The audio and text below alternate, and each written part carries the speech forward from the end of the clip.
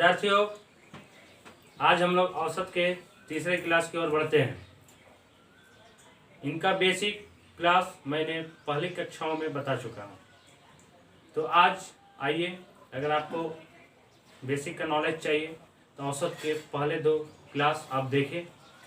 तो औसत में मैंने बताया था औसत बराबर परिणामों का योग अपॉन परिणामों की संख्या, average equal to sum of number divide number. तो उस पे आधारित सवाल बनाते हैं। आज हमारा टाइप है जिस तरह 100 विद्यार्थियों का औसत 40 है।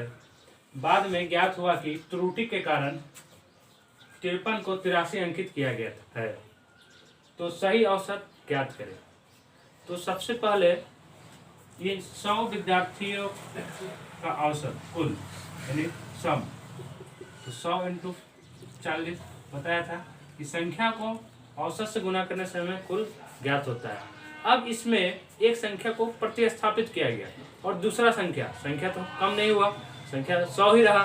तो इनको बनाने का तरीका हमें सही औसत के लिए 100 इंटू 40 जो सम है, इसमें हमें जो त्रुटि है 83 उसको हटाना है और 53 हमारा सही है, डिवाइड 100 संख्या ही है। ठीक, तो इसको ऐसे सरल करते हैं।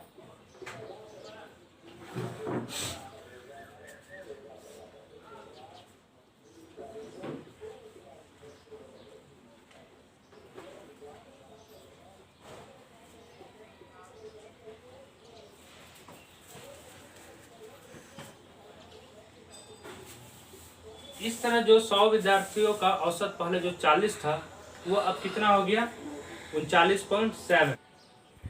तो अब अगला प्रश्न है, 7 संख्याओं का औसत 18 है। यदि एक संख्या 17 को एक अन्य संख्या 31 से प्रतिस्थापित किया जाता है तो नया औसत क्या है? तो इस क्वेश्चन को ट्रिक से बनाते हैं। तो जैसा मैंने बताया क्या, 7 संख्याओं का औसत 18 है, तो इसे ट्रिक से बनाना बहुत आसान है। 18 को लिख देना है, प्लस जब भी एक संख्या से दूसरी संख्या को प्रतिस्थापित किया जाए और नई संख्या पूछी जाए तो क्या है, एक संख्या 17 को अन्य संख्या 31 से प्रतिस्थापित किया जाता है, मतलब 31 को लाया जाता है और 17 को हटाया जाता है। 31 माइनस 17 डिवाइड, संख्याएं तो उतनी है यानी कितनी, जितनी पहले थी यानी 7। 18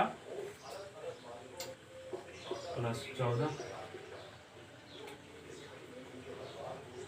18। तो इस तरह यह जो प्रश्न था 7 संख्याओं का औसत 18 है, अब नया औसत कितना हो गया, 20। तो अब कुछ प्रश्न पूछे जाते हैं वर्गों का औसत या घनों का औसत। तो पहले देखते हैं वर्गों का औसत। प्रश्न है n प्राकृतिक संख्याओं के वर्गों का योग, 1 का स्क्वायर प्राकृतिक संख्या है। जैसा कि सबसे पहले इसका योग देखते हैं, क्योंकि योग को जब हम नंबर से भाग देंगे तो औसत मिलता है। तो आपको मालूम होगा n प्राकृतिक संख्याओं का योग होता है n into n plus 1, 2n plus 1 divide 6। लेकिन जब हमें औसत ज्ञात करना है तो n प्राकृतिक संख्या के वर्गों का योग होगा, औसत होगा। हमें क्या करना है, योग में n से भाग देना है। तो n into n plus 1, 2n plus 1 by 6, और इसे किससे भाग देना है, n से। तो ये n कैंसिल हो गया, यानी प्राकृतिक संख्या के वर्गों का औसत का फॉर्मूला हो गया n plus 1 2n plus 1 divide 6। तो इस तरह हम प्राकृतिक संख्या के वर्गों का औसत भी ज्ञात कर सकते। तो अभी हम लोगों ने प्राकृतिक संख्या के वर्गों का औसत का फॉर्मूला देखा n plus 1 2n plus 1 by 6। तो उसी का प्रयोग करते हुए आइए हम इस प्रश्न को बनाते हैं। तो जैसा कि प्रश्न है 1 का स्क्वायर प्लस 2 का स्क्वायर प्लस 3 का स्क्वायर प्लस 4 का स्क्वायर प्लस 5 का स्क्वायर का औसत ज्ञात करें। तो हम वही फॉर्मूला का यूज करेंगे, क्या, n plus 1 2n plus 1 by 6। तो यहाँ पर n क्या है, 5, तो 5 plus 1 n plus 1 2n plus 1 यानी 2 into 5 10 into 1 n plus 1 2n plus 1 by 6। तो 5 1 6 10 और 11/4, 6 कैंसिल। इस तरह 1 से लेकर 5 तक के प्राकृतिक संख्या के वर्गों का औसत क्या हुआ? 11। अब हम लोग इस बार घन वाले सवाल करते हैं। अगर लगातार घनों का औसत हमसे पूछे, लगातार प्राकृतिक संख्या हो, तो कैसे ज्ञात करेंगे? तो सबसे पहले इसका योग का फॉर्मूला को देखते हैं, सूत्र को। तो इसका योग का सूत्र था n × 1 + 2/2। तो हमें क्या करना है? किससे भाग करना है औसत निकालने के लिए? n से। तो जब हम n से भाग देंगे तो ये n², यहाँ एक n बचेगा, ठीक, यहाँ एक n बचेगा, n + 1 का स्क्वायर और नीचे 2 का स्क्वायर 4। तो ये क्या हुआ? औसत। किसका औसत? लगातार प्राकृतिक संख्याओं के घनों का औसत। तो इसके माध्यम से भी हम अभी कोई भी सवाल के औसत निकाल सकते हैं। प्रश्न है 9 से 90 के बीच सभी संख्याओं का औसत निकालें, ठीक, लेकिन जो 8 से विभाज्य हो। तो ऐसी संख्या में पहले चाहिए जो 9 और 90 के बीच की संख्या है, लेकिन 8 से डिवाइड। तो जैसा कि देख सकते हैं 8 से विभाज्य कौन कौन है? 8 है, 16 है। तो लेकिन 8 तो 9 से पहले है, तो 9 के बाद चाहिए, तो क्या 16। इस तरह करके संख्या बढ़ते जाएगी। और 90 के पहले कौन संख्या 8 से विभाज्य है? 88, 88। इसके बाद नेक्स्ट यहाँ 24, इस तरह से कुछ संख्या रहेगी।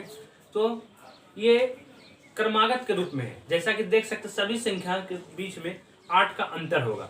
तो याद कीजिए पहला क्लास मैंने बताया था, जब भी क्रमागत संख्या का औसत पूछे तो फर्स्ट संख्या प्लस लास्ट संख्या बाय 2, यानी पहली संख्या प्लस अंतिम संख्या बाय 2। तो इस तरह हम औसत निकालना बहुत आसान है। औसत बराबर, ठीक है, इस तरह जोड़ दिए 104/2 52। तो इस तरह 52 हमारा औसत हुआ। तो अगला प्रश्न है 50 संख्याओं का औसत 38 है।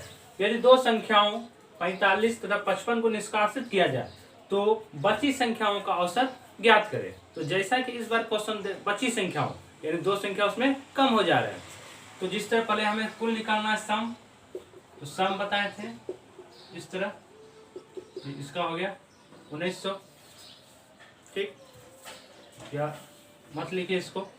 तो अब इनमें दो संख्याओं को हमें हटा देना है, किसे किसे? 45 और 55 को, यानी 45 और 55 कुल 1900 में 100 हमें कम कर देना है, ठीक। ये हमारा कुल हुआ, इसमें से 45 और 55 को जब हटा देंगे तो 100 हट जाएगा, लेकिन बची संख्या है औसत बराबर कुल बटे संख्या। तो अब दो संख्या 50 में कम हो गई, कितना हुआ? 48, 48 हो गया। तो इस तरह अब हम जब इसे सरल करेंगे तो हमारा आएगा 75/2 यानी 37.5। तो इस तरह हमारा औसत जो पहले 38 था वो घट के अब हो गया 37.5। तो अब हम एक महत्वपूर्ण प्रश्न को देखते हैं। प्रश्न है यदि 25a + 25b = 115 है तो a और b का औसत क्या है? तो जैसा कि हम जान सकते हैं a और b का औसत क्या है, मतलब a + b/2 क्या है? दो संख्या है, हमें ये ज्ञात करना है। तो जो प्रश्न है उसी का प्रयोग करते हुए हमें निकालना है। तो यहाँ से 25 कॉमन लेते हैं,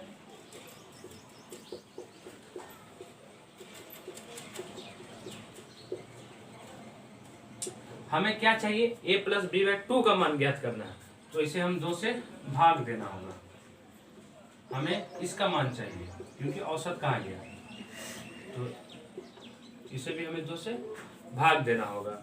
और इस तरह जब हम इसे 115/50 इस तरह जब इसे हम सरल करेंगे तो इसका मान आएगा 2.3, यानी a + b का औसत कितना है? 2.3। तो अगला प्रश्न है, एक इस टाइप के प्रश्न में पूछे जाते हैं औसत चाल क्या है, एवरेज स्पीड। तो इस तरह के प्रश्नों में एक निश्चित दूरी दी रहती है, हमें औसत चाल ज्ञात करने को कहा जाता है। तो जैसा कि प्रश्न देख सकते हैं, एक बस पहले 10 किलोमीटर किस स्पीड से गई? 8 किलोमीटर प्रति घंटे की चाल, तथा उससे अगले 10 किलोमीटर की दूरी 12 किलोमीटर दूरी की चाल से तय करती है। एक निश्चित दूरी है, पहले 10 किलोमीटर फिर अगले 10 किलोमीटर। जब भी ऐसा प्रश्न रहे और हमसे औसत चाल क्या है पूछे, तो इसके लिए हमारा एक फॉर्मूला है 2xy upon x plus Y, जहां पर x और y स्पीड है, चाल है। तो इसे निकालते हैं। औसत चाल बराबर 2 इंटू क्या क्या स्पीड है, 8 किलोमीटर प्रति घंटा और 12 किलोमीटर, 8 किलोमीटर और 12 किलोमीटर, और नीचे 8 प्लस 12। तो इसे जब हम सरल करेंगे 48/5, इसे हम छोटा करते हैं 9.3/5। ये औसत चाल है, इसलिए किलोमीटर प्रति घंटा। तो इस तरह औसत चाल निकला 9.3/5 किलोमीटर प्रति घंटा। लेकिन अगर औसत चाल 3 निश्चित दूरी का हमसे पूछे, जिस तरह इस प्रश्न में 10 किलोमीटर पहले, फिर उसके अगले 10 किलोमीटर, फिर उसके अगले 10 किलोमीटर, इस तरह 3 बराबर निश्चित दूरी का पूछे, तो उसके लिए क्या फॉर्मूला है आइए बताते हैं। उसमें हो जाएगा, जब 3 स्टेप का पूछे तो औसत चाल बराबर 3xyz upon xy yz plus zx, जहां पर xyz हमारा क्या है, चाल होगा, स्पीड होगा। तो इस तरह हम लोगों ने एवरेज के सभी पार्ट्स को अच्छी तरह से पढ़ा। उम्मीद है आप लोग को समझ में आया होगा। Thank you.